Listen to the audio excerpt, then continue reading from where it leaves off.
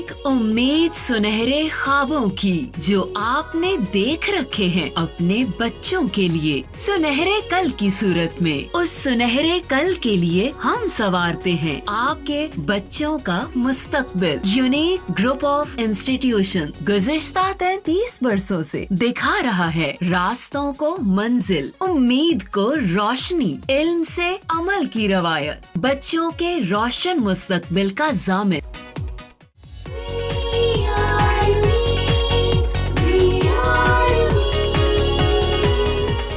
अस्सलाम वालेकुम स्टूडेंट्स। बेटा आज के लेक्चर नंबर 55 में हम मल्टीपल चॉइस क्वेश्चंस डिस्कस कर रहे हैं। हम यूनिक नोट्स में से कर रहे हैं। मैंने आपको लास्ट टाइम बताया था कि जब नया लेक्चर स्टार्ट होगा तो आपने नोट्स अपने पास रखने हैं। ये हम यूनिक नोट्स का पेज नंबर 72 और 73 पर है, जिस पर हमारी बुक के एक्सरसाइज के MCQs भी इंक्लूड हो जाएंगे बीच में सारे। ठीक है, जो बुक में हमारे पास एक्सरसाइज में MCQs गिवन है बेटा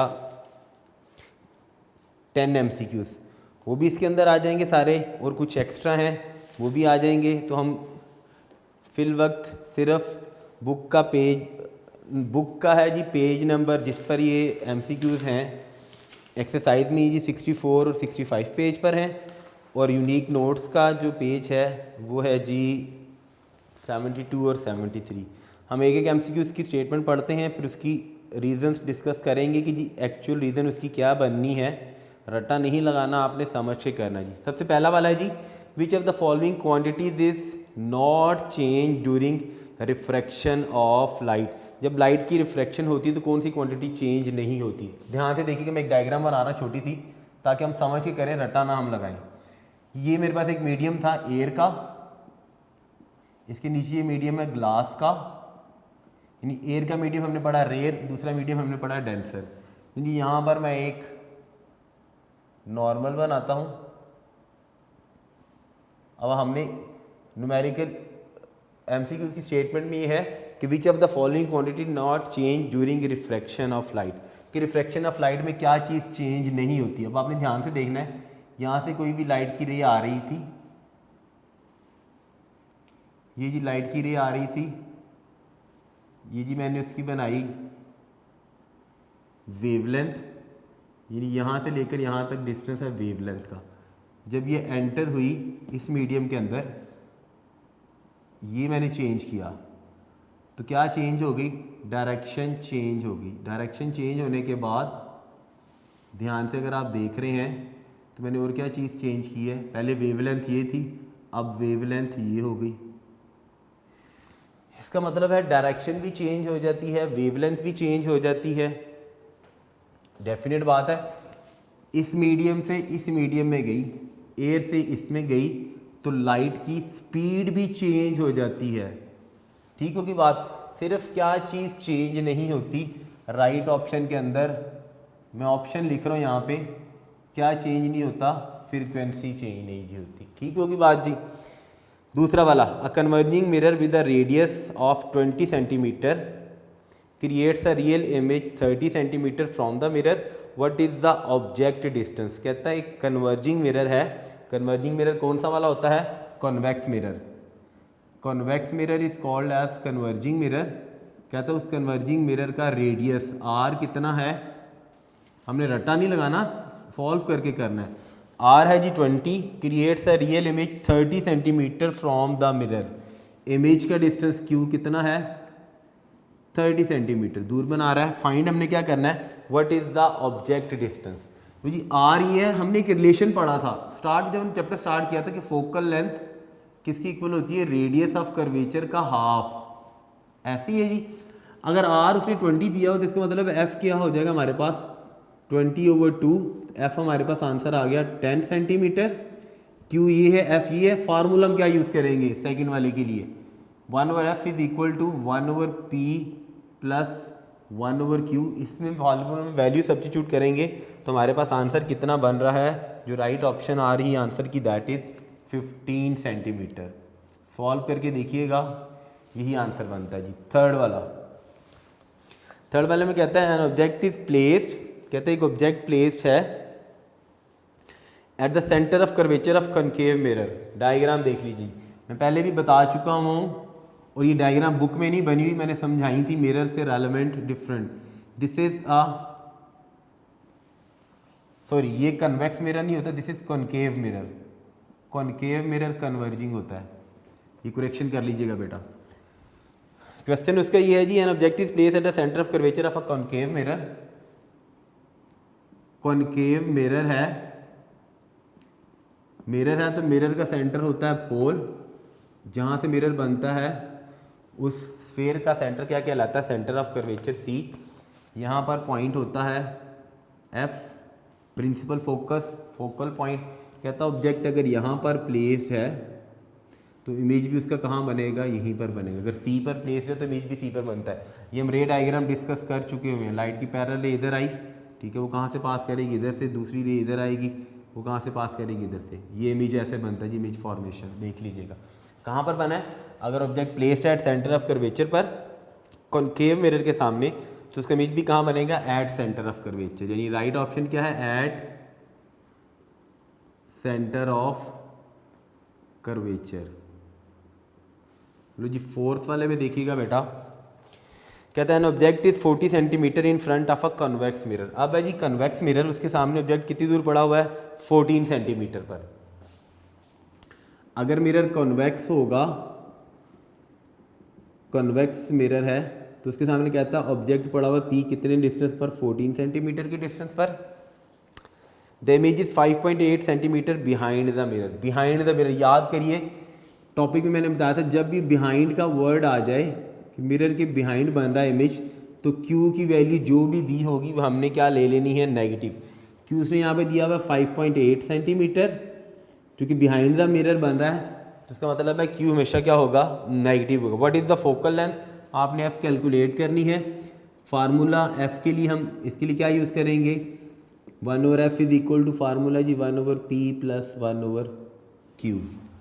तो फार्मूला में जब हम वैल्यूज़ लगाएंगे तो वैल्यूज़ लगाने के बाद हमारे पास आंसर बनता है। एक वो अहम सारी बात, कन्वेक्स मिरर था तो आंखें बंद करके आपने याद रखनी है चीज़ जहन में कि कन्वेक्स मिरर के लिए एफ़ का आंसर आपके पास हमेशा क्या आएगा, नेगेटिव। इसने रहना ही नेगेटिव है, ठीक है। तो राइट ऑप्शन में बेटा नेगेटिव आंसर के साथ -9.9 सॉल्व करने के बाद यही आता है। अब कैलकुलेशन तो नहीं मैं यहाँ पे कर सकता, कैलकुलेशन करेंगे तो फिर हम मैक्सिमम सॉल्व नहीं कर सकेंगे, फिर हम इसी पे रहेंगे। आगे जी, the index of refraction depends upon. Index of refraction किस चीज़ पर डिपेंड करती है? देखिए इंडेक्स ऑफ रिफ्रैक्शन का मतलब है एन, रिफ्रैक्टिव इंडेक्स जिसे कहते हैं, इंडेक्स ऑफ रिफ्रैक्शन वो किस चीज़ पर डिपेंड करती है, स्पीड पर। क्या चीज़ गिवन है उसने, स्पीड ऑफ लाइट। भाई लाइट की स्पीड पर एन डिपेंड करता है जिस तरह का। अब एन कैसे डिपेंड करता है, अब आपने ध्यान से सुननी है ज़रा मेरी बात। अगर मीडियम का एन रिफ्रैक्टिव इंडेक्स की वैल्यू लार्जर है तो उसमें स्पीड, ये मैं पहले भी बता चुका हूँ, स्पीड लेस होगी, लिख लीजिएगा। अगर रिफ्रैक्टिव इंडेक्स की वैल्यू कम है तो उसमें लाइट की स्पीड क्या होगी, ज़्यादा, मोर, ज़्यादा स्पीड होती है। तो 5 वाले में है the index of refraction depends on किस चीज़ पर, स्पीड ऑफ लाइट पर दी। राइट ऑप्शन में क्या आना है, स्पीड ऑफ लाइट।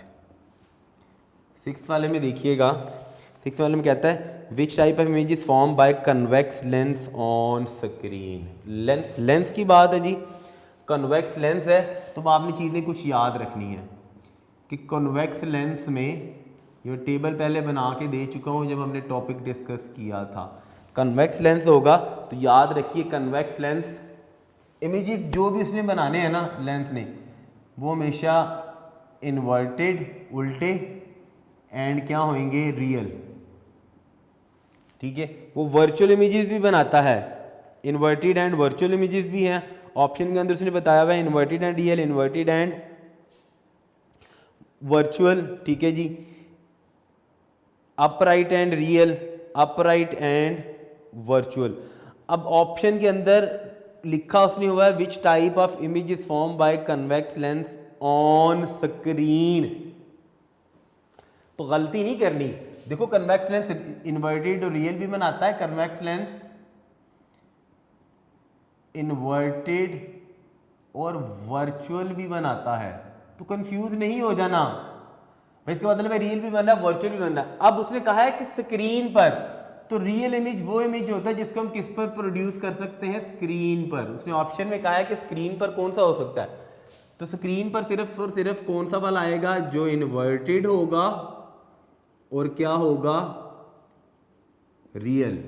गलती से इन्वर्टेड एंड वर्चुअल ना लिख देना कि जी ये तो दोनों ही है। हाँ दोनों हैं, लेकिन virtual image can not be taken on screen. Real images को हम कहाँ पर ले सकते हैं, स्क्रीन पर।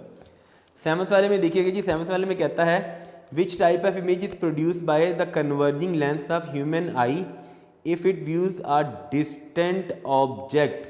हम अपनी आंख से, जब हमने ह्यूमन आई का टॉपिक पढ़ा था तब मैंने कहा था कि एमसीक्यू याद रखिएगा कि ह्यूमन आई में बनने वाला इमेज, जब हम दूर की चीज़ें देखें, दूर की देखें, करीब की देखें, बात एक ही है। इमेज उसने एक तरह के बनाना है, उसने इमेज हमेशा रियल बनाना है। भाई रियल है तो हमारी आंख की स्क्रीन, आई की स्क्रीन क्या रेटिना पर बन रहा है, वो इमेज हमेशा इन्वर्टेड होता है, उल्टा इमेज होता है, ब्रेन उसको सीधा करके दिखाता है।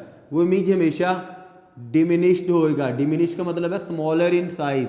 भाई छोटा होगा तो आंख के रेटिना के ऊपर आएगा ना, अगर छोटा नहीं होगा तो रेटिना के ऊपर उसने आना भी नहीं है। तो रियल, इन्वर्टेड एंड डिमिनिश्ड। 8वें वाले में देखिएगा जी, 8वें वाले में कहता है image formed on a camera is. Camera, जो कैमरा काम करता है वही आंख, क्योंकि human I acts like a camera. Camera तो इंसानों ने बनाया, रब्बुल आलमीन ने ये आंख बनाई जो कैमरा के तौर पर एक्ट करती है।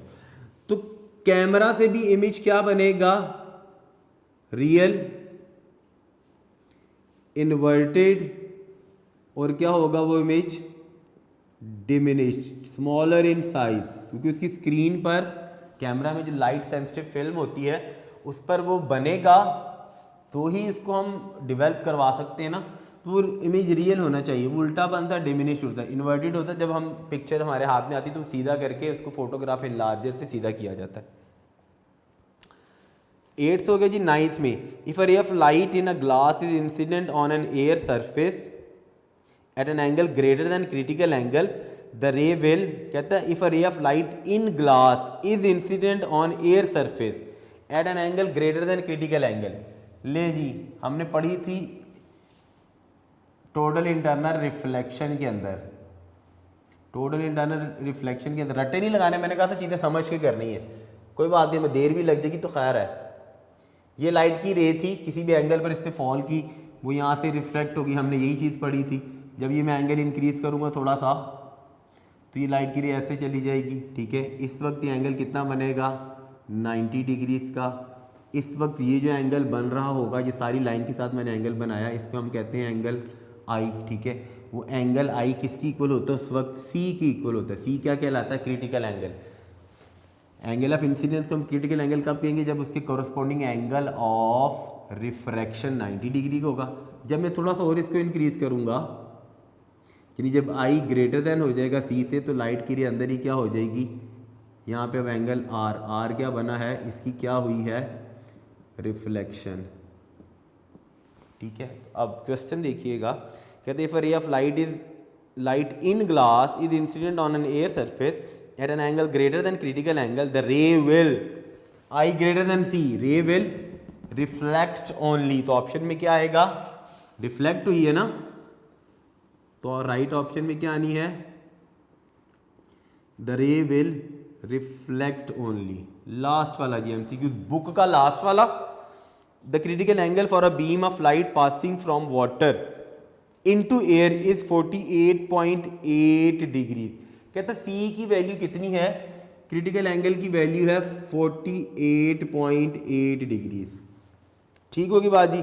This means that all the light rays with an angle of incidence greater than this angle will be, देखो जो क्रिटिकल एंगल से ग्रेटर होंगी, अगर i greater than critical angle है तो जितनी भी लाइट की रेज होंगी वो टोटली रिफ्लेक्टेड बैक हो जाएंगी। तो 10th वाले की राइट ऑप्शन क्या है, टोटली रिफ्लेक्टेड बैक। यानी सारी की सारी रेस क्या हो जाएंगी, रिफ्लेक्ट बैक होके उन्होंने रिटर्न बैक होके वापस आ जाना है जी। क्लियर होगी बात ही, टोटली रिफ्लेक्टेड होंगी, partially reflected and partially transmitted नहीं है, सारी की सारी रिफ्लेक्टेड बैक होके वापस आ जाए। जैसे ये हुई थी तो इसमें भी क्या आ जाना है, they are totally reflected back, सारी की सारी वापस आ जाएंगी। ये 10 हो गए जो बुक के थे, ठीक है जी। आगे हम कुछ एक्स्ट्रा एडिशनल एमसीक्यूज हैं जो नोट्स के अंदर गिवन है, ठीक है। नोट्स मैंने आपको इसलिए कहा था कि ले लें साथ, कि हमने जो बाकी हैं अब हम एडिशनल एमसीक्यूज करने लगे हैं। ये बुक वाले थे जो हमने कर लिए हैं, उसके बाद ये एडिशनल देखते हैं कुछ एडिशनल एमसीक्यूज में कितने एमसीक्यूज है जो हम अब तक टॉपिक डिस्कस कर चुके हैं उनसे रेलेवेंट, कितने हम मज़ीद और कर सकते हैं जी। ले जी, एडिशनल में पहला 11th वाला जो है, 11th वाले में वो ये कह रहा है, अब बड़े आसान से, the diameter of spherical mirror is called as, spherical mirror का डायमीटर क्या कहलाता है, जुबानी नहीं करेंगे हम हर चीज़ ना डायग्राम बना के डिस्कस करेंगे ताकि आप रटा ना लगाएं, आपको पता होनी चाहिए। जी स्फेरिकल मिरर का डायमीटर क्या कहलाता है, देखिए मैंने याद करें, मैंने एक डेफिनेशन लिखवाई थी, मैंने कहा था front portion of spherical mirror is circular one, गोल। जब भी आपको स्फेरिकल मिरर आज मिलेगा गोल होगा, यहाँ से सर्कल है ना, सर्कुलर, यहाँ से लेकर यहाँ तक उस स्फेरिकल मिरर का क्या कहलाता है, चाहे वो कॉनकेव है चाहे वो कन्वेक्स है, that is called as diameter. तो front portion of spherical mirror circular one होता है, उसका जो डायामीटर होता है उस डायामीटर को हम क्या नाम देते हैं, that is called as aperture. यानी अपर्चर का मतलब है उतनी उतनी जगह जहाँ से लाइट को इसने क्या करना है, इतने इतने हिस्से में से लाइट ये रिफ्लेक्ट करेगा, जो यहाँ से गुजरेगी उसमें से तो नहीं ना करेगा, जो अपर्चर से बाहर होगी। तो अपर्चर वो जगह होती है जहाँ से लाइट की रेज रिफ्लेक्ट होती है मिरर में से। तो फिर front portion of spherical mirror, the diameter of spherical mirror is called as, हम डायमीटर को क्या नाम देते हैं, that is called as aperture. 12th वाला जी, 12th वाले में कहता है जी the centre of curved surface of spherical mirror is called as, हमने स्फेरिकल मिरर बनाया चाहे वो कॉनकेव था चाहे वो कन्वेक्स था, मैंने कहा था it is the portion of reflecting surface of a hollow sphere. तो ये सेंटर था मिरर का, सेंटर ऑफ मिरर को हम क्या नाम देते हैं, दैट इज कॉल्ड एज पोल, उसको रिप्रेजेंट करते हैं किसके साथ, पी के साथ। तो centre of curve surface of spherical mirror is called as, उस सेंटर कर्व सरफेस का सेंटर होता है उसे क्या नाम देते हैं, that is called as pole. 13th वाले में देखिएगा जी, 13th वाली स्टेटमेंट में कहता है half of radius of curvature is called as, ले जी हम एक स्फेरिकल मिरर बनाते हैं, उसमें हम रेडियस ऑफ कर्वेचर बनाते हैं, तो रेडियस ऑफ कर्वेचर का हम देखते हैं हाफ कितना होता है जी। मिरर मैंने बताया था बेटा कैसे होता है, ऐसे circular goal, that is a portion of reflecting surface of hollow sphere, जिसका एक सेंटर था स्फीयर का जिसे हम नाम देते हैं सेंटर ऑफ कर्वेचर का। यहाँ पे मैंने एक्सपोज कर लिया मिरर था मेरा, कोई भी चाहे वो कॉनकेव मिरर है चाहे वो कन्वेक्स मिरर है, कॉनकेव होगा तो इनर कर्व सरफेस रिफ्लेक्टिंग होगी, कन्वेक्स होगा तो आउटर होगी। यहाँ से सेंटर में यहाँ पे होता है जी पोल, ये लाइन जिसको ज्वाइन करती है that is called as principal axis, जो गुजर जाती है सीधी, नजर नहीं आएगी मिरर में आपको, एग्जैक्ट सेंटर में होता है जी फोकल पॉइंट, यहाँ प्रिंसिपल फोकस, यहाँ से लेकर यहाँ तक that is called as capital R, जिसे हम रेडियस ऑफ कर्वेचर कहते हैं। यहाँ से लेकर यहाँ तक का डिस्टेंस स्मॉल है फोकल लेंथ, यहाँ से लेकर यहाँ तक का भी डिस्टेंस स्मॉल है फोकल लेंथ। अब क्वेश्चन देखिए उसका क्या था, half of radius of curvature is called as, भाई ये पूरा रेडियस ऑफ कर्वेचर था, ये दो मिलके यानी 2f मिलके क्या बनाते हैं, एक r, f किसकी इक्वल होगा, r/2, तो ये क्या हो गया, दैट इज हाफ, आधा हो गया ना, हाफ ऑफ किस चीज़ का, r का, हाफ ऑफ r क्या कहलाता है, फोकल लेंथ। तो यहाँ पे क्या आनी फिर right option, focal length, half of radius of curvature is called as focal length.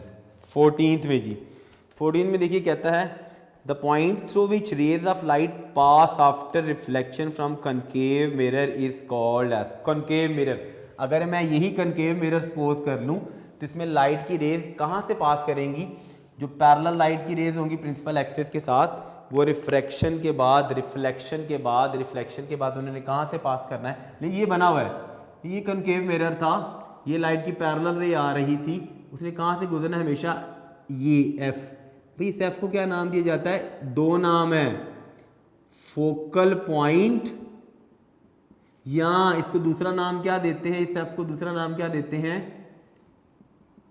Principal focus. Concave mirror में से कहां से पास करती हैं जी वो? From the point through which rays of light pass after reflection from concave mirror is called as principal. उसने लिखा हुआ था, आपने साथ राइट ऑप्शन लिख देनी है, प्रिंसिपल फोकस। इंपॉर्टेंट एमसीक्यूज है जी, याद रखना है। The distance between principal focus and pole of mirror is called as. ले जी बनी हुई डायग्राम, ये था जी प्रिंसिपल फोकस। लीजिए इस डायग्राम में देख लेते हैं हम। ये जो एफ था इसको नाम दिया जी मैंने, दैट इज कॉल्ड एज, फिर लिख लेते हैं जी ताकि याद हो जाए मेरे बच्चों को, दैट इज प्रिंसिपल फोकस। और ये पी को हमने नाम दिया था, दैट इज कॉल्ड एज पोल। इन दोनों के दरमियान डिस्टेंस ये मैंने एफ लिखा था, एफ को क्या नाम देते? दैट इज कॉल्ड एज, भाई ये क्या होती है? That is called as focal length. Clear हो गया जी? तो फिर राइट ऑप्शन में क्या आएगा? The distance between principal focus and pole of mirror is called as, principal focus और पोल ऑफ मिरर में जो डिस्टेंस होता है उसे हम क्या नाम देते हैं? That is called as focal length. लो जी 15 में बेटा क्या आ जानी है? That is called as focal length. इधर भी फिर फोकल लेंथ आ गया जी। 13 का आंसर भी फोकल लेंथ था लेकिन वो डिफरेंट थी। आगे जी, the mirror whose inner curve surface is reflecting is called as, जिसकी अंदर वाली कर्व सरफेस रिफ्लेक्टिंग कॉनकेव है तो इसकी अंदर वाली, कॉनकेव की इनर रिफ्लेक्टिंग होती है, कॉन्वेक्स है तो कॉन्वेक्स की आउटर। मैंने एग्जांपल बताई थी, इनर है तो इनर का मतलब है, घर में स्पून यूज करते हैं ना, तो स्पून की दो साइड्स होती है, एक इनर और एक आउटर। ऐसे ही है, इनर वो होती है जहाँ से आप खाते हैं और आउटर वो है जहाँ से कुछ भी नहीं किया जाता। ठीक है, इनर वाली किसके तौर पर एक्ट करती है? इनर देखनी हो, आसान सा मिरर ना मिल रहा हो तो घर में जो स्पून है, स्पून की इनसाइड अंदर वाली तरफ, ऐसे ही आउटर कौन सी वाली है? उसी स्पून की आउटर साइड किसके तौर पर एक्ट करती है? कॉनकेव मिरर के तौर पर। लो ये 16 में, the mirror whose inner curve surface is reflecting is called, कहता वो मिरर जिसकी अंदर वाली कर्व्ड सरफेस रिफ्लेक्टिंग है, दैट इज कॉल्ड एज, उसे हम क्या नाम देते हैं? दैट इज कॉल्ड एज, भाई वो कहलाता है कॉनकेव मिरर। 17 वाले में देखिएगा जी, the mirror whose outer curve surface is reflecting is called as, जिसकी बाहर वाली है, यहाँ मैंने लिखा था जिसकी बाहर वाली है, ठीक है, वो क्या कहलाता है? That is called as, that is called as, ये दोनों कनकेव कनकेव लिखे हुए, ये कन्वेक्स नाम इसका, नीचे वाली चीज़ रेस कर दें वो कुछ और थी, ये कॉन्वेक्स नाम है जी इसका, कॉन्वेक्स मिरर, बाहर वाली। ठीक है, तो जिसकी बाहर वाली कर्व सरफेस रिफ्लेक्टिंग होती है that is called as convex mirror. वो मैंने कुछ और चीज़ समझाई हुई थी वहाँ पे मिरर से रेलेवेंट, तो नाम दोनों सेम ही लिखे हुए थे इसलिए। आ जाइएगा बेटा उसके बाद 18 वाले पे। 18 वाले में कहता है जी, the line which passes through pole of the mirror and centre of curvature is called as, भाई ये मैंने लाइन बनाई थी, ये सेंटर ऑफ कर्वेचर है, सी का नाम है, नाम याद रखने हैं, सेंटर ऑफ कर्वेचर। कहता है जी वो लाइन जो सेंटर ऑफ कर्वेचर और पोल में से गुजर रही है, इस लाइन को क्या नाम देते हैं? ये लाइन कहलाती है प्रिंसिपल एक्सिस। वो इधर से गुजरेगी, इसके अलावा कहीं और से नहीं गुजर सकती जी। तो 18th में है, the line which passes through pole of the mirror and centre of curvature is called as, वो क्या कहलाती है? That is called as, principal को उसने वर्ड लिखा हुआ है तो यहाँ पे हमने खाली क्या लिखना है? खाली राइट ऑप्शन हमने क्या चूज करनी? एक्सिस वाली जी। 19th में देखिएगा जी, 19th में कहता है जी, the ray of light after reflection from concave mirror passes through, कहता लाइट की रे जो रिफ्लेक्ट हो रही है कहाँ से? कॉनकेव मिरर से, वो कहाँ से पास करती है? ये कॉनकेव मिरर था, ये लाइट की रे थी, ये रिफ्लेक्ट हुई, उसने कहाँ से पास करना है, इस एफ का नाम क्या है, फोकल पॉइंट, यहाँ प्रिंसिपल फोकस। तो 19 में भी राइट ऑप्शन क्या आनी है। अब उसने प्रिंसिपल का वर्ड नहीं यूज़ किया, उसने देखा कि बच्चों को आता कि नहीं आता, तो राइट ऑप्शन क्या है, प्रिंसिपल फोकस। जिसने कहाँ से पास करना है, उसने पास करना है फ्रॉम प्रिंसिपल फोकस से जी। नेक्स्ट देखते हैं जी, नेक्स्ट वाले में क्या पूछ रहा है वो। ये कुछ चीज़ें रहते हैं इधर ही ताकि काम आ जाए जी हमारे। 20th में कहता है जी spherical mirror are used in, भाई कहता है स्फेरिकल मिरर्स कहाँ कहाँ यूज होते हैं। ऑप्शन जो उसने बताई हुई है, मेडिकल फील्ड के अंदर, बड़ी आसान सी बात, हमने माइक्रोस्कोप का टॉपिक पढ़ा था, मैंने कहा था कंपाउंड माइक्रोस्कोप में जो आपको लैब में माइक्रोस्कोप नज़र आएगी, ठीक है, उस माइक्रोस्कोप का जो नीचे वाला बेस होता है ना, बेस के साथ यहाँ पर एक मिरर लगा होता है, ठीक है, स्फेरिकल, वो कॉन्केव मिरर होता है जी, ठीक होगी बात दी। मेडिकल फील्ड में भी यूज़ होता है। सर्च लाइट में जी, बिल्कुल सर्च लाइट के अंदर ऐसे, ये मैंने टॉपिक जब पढ़ाया था तब डिस्कस की थी, सर्च लाइट होती है, उसमें ये पैराबोलिक शेप का कॉन्केव मिरर, स्फेरिकल मिरर लगा होता है, यहाँ पर वो बल्ब होता है, ठीक है जी, तो यहाँ पर ये कॉन्केव लगा होता है जी, किसमें, सर्च लाइट। माइक्रोस्कोप में, बिल्कुल माइक्रोस्कोप के अंदर, ये मैंने अभी बता दिया कि माइक्रोस्कोप के अंदर यूज़ होती है। मेडिकल फील्ड में एक और बता दूँ, कभी आप डेंटिस्ट के पास जाएँ तो डेंटिस्ट जब आपके माउथ में दांत को चेक करने के लिए छोटा सा ऐसा मिरर अंदर इंसर्ट करता है, ऐसी उसकी शेप होती है, अगर आपने ध्यान से देखा उसको तो ये वाला मिरर कौन सा था, दिस इज कॉन्केव, ठीक है जी, जिससे उसको अंदर वाला टूथ में जहाँ कहीं पे भी प्लॉक नज़र लगा होता है ना, तो उसको बड़ा सा नज़र आता है। तो spherical mirror are used in medical में भी है, सर्च लाइट के अंदर भी, माइक्रोस्कोप के अंदर भी।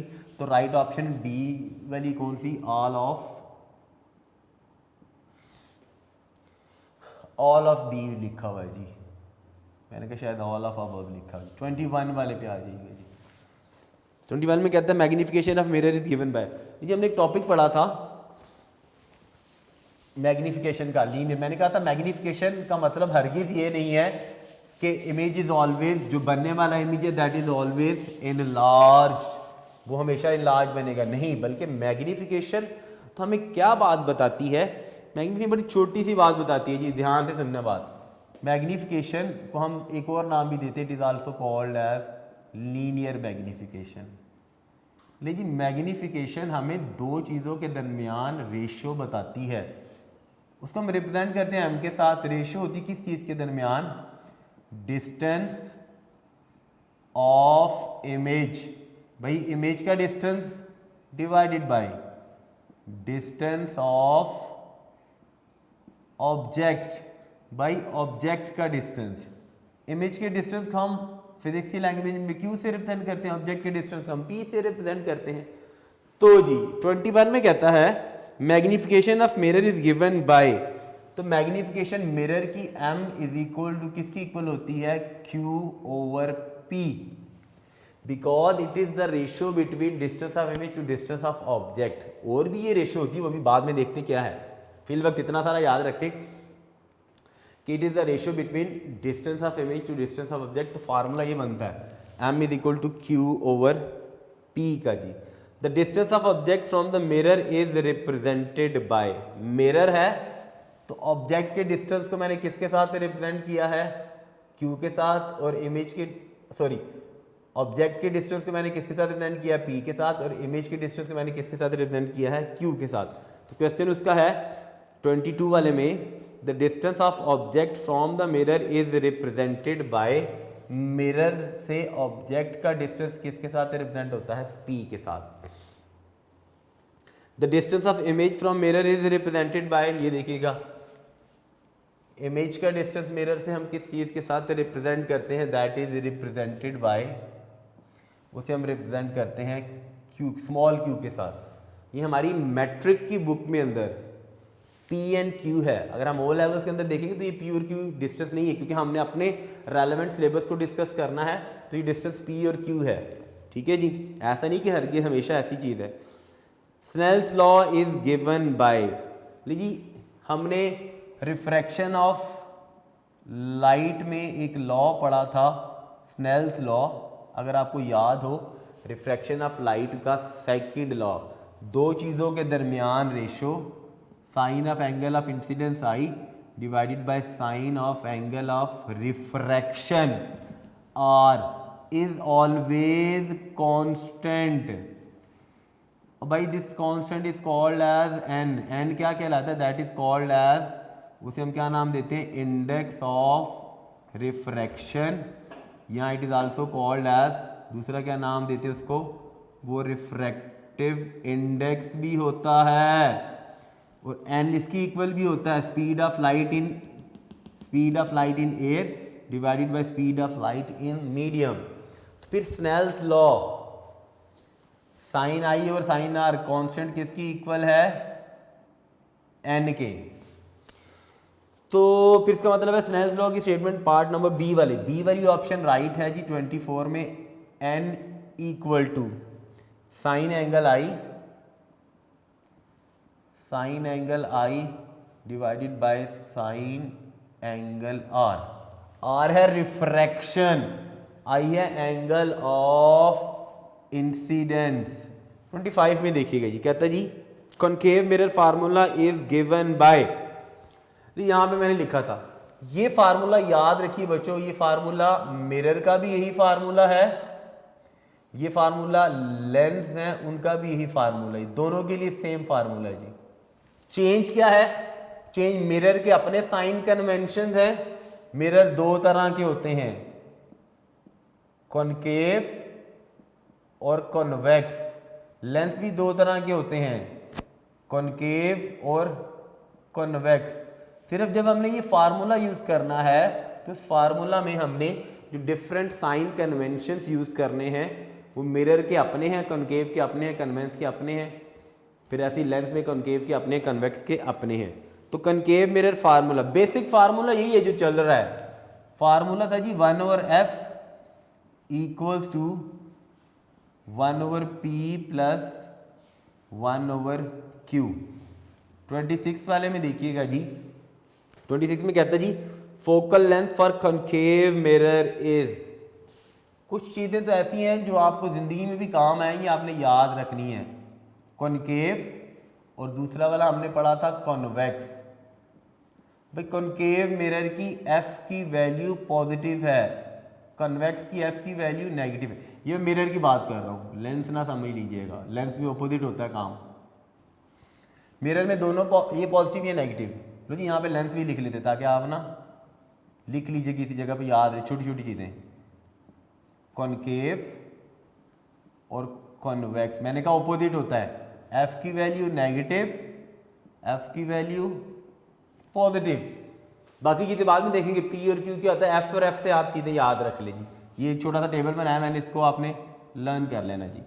अच्छा जी आज 26 पे कहता है focal length for concave mirror negative positive same 0, तो राइट ऑप्शन क्या आएगी, पॉजिटिव। भाई कॉनकेव मिरर की फोकल लेंथ की वैल्यू पॉजिटिव होती है, पॉजिटिव क्यों होती है, क्योंकि उसका जो फोकस होता है, चीज़ें लंबी होती जाती है, नहीं जी फोकस रियल होता है, इसकी नेगेटिव क्यों होती है, क्योंकि इसका फोकस वर्चुअल होता है, इसकी नेगेटिव क्यों होती है, वही काम याद रखिएगा जी। तो 27 में 27 देखते हैं जी, इसमें कहता है जी bouncing back of light after striking the surface is called as, नहीं जी ये एक सरफेस थी, ये लाइट की रे आई एंगल पर, भाई सरफेस को स्ट्राइक किया, यहाँ से वापस चलेगी, तो मैं आसान वर्ड के अंदर क्या कह दिया मैंने इसको, क्या हो गई भाई बाउंस बैक हो गई, वापस चलेगी जी। बाउंस बैक होने का मतलब है लाइट की क्या हुई है, रिफ्लेक्शन। याद रखिएगा whenever reflection of light occurs, जब भी लाइट की रिफ्लेक्शन होती है, लाइट रिफ्लेक्शन में ज़रूरी बात है कि सेम मीडियम में वापस जाए, तो we said that is the reflection of light. तो bouncing back of light after striking the surface is called as, हम उसे क्या नाम देते हैं, that is called as reflection. भाई वो क्या कहलाती है, रिफ्लेक्शन। 28 वाला देखिएगा जी, the ratio of image height to object height is called as, image height और ऑब्जेक्ट हाइट में जो रेशियो होती है उसे हम क्या कहते हैं। ले जी, मैंने यहाँ पे लिखा था, फिर मैंने कहा था मैं बाद में बताता हूँ। एक और चीज़ भी होती है ये लीनियर मैग्नीफिकेशन। फिर से लीनियर मैग्नीफिकेशन क्या होती है, डिस्टेंस ऑफ इमेज और डिस्टेंस ऑफ ऑब्जेक्ट में रेशियो, यही लीनियर मैग्नीफिकेशन एम जो होती है, ये दो चीज़ों के दरम्यान और भी रेशियो होती है। दैट इज क्या चीज़, by height of image divided by किस चीज़ के दरमियान रेशियो, हाइट ऑफ ऑब्जेक्ट में। तो फिर m किसकी इक्वल हुआ, हम height of image h height i image h height o image.